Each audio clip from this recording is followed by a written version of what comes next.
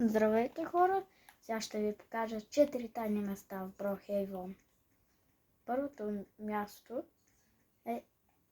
се намира до пожарникарството. Така, училата е тук. Това ми е обучението.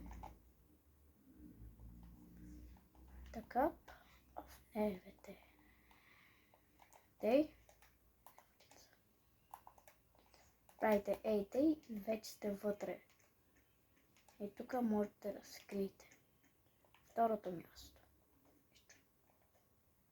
Изчакайте малко. Отиваме към болницата.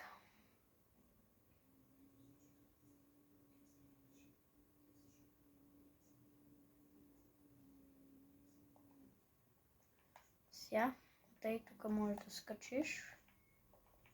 Айде бе, качи са.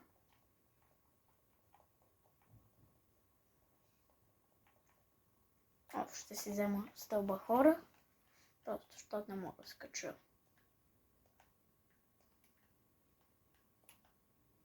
Те букуци не ми трябват.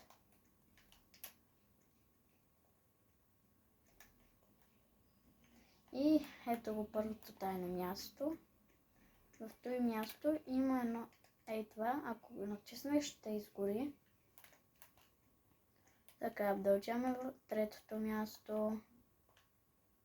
Отидете в някоя си къща. Аз съм си избрал 11-та. Аде бе. Ей, тая къща. Само, че първо трябва да вземете една тайна книга. Ако дано да е там. Не всеки път е там. Така. Отиваме към библиотеката. Само, че ако искате да видите и чудовището, само трябва да е Хелуин и да имате книгата. Ето я, да. Ето я тайната книга. Сега отиваме в къщата ми. Отивам си в къщата. Тей.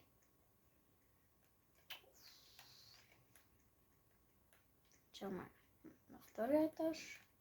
Тук ли беше? Тук беше. И тук можете да се скриете.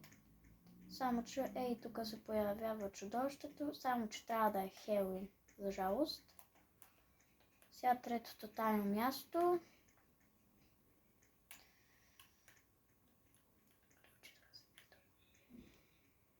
Така, вземам с кола. Що трябва да я знам.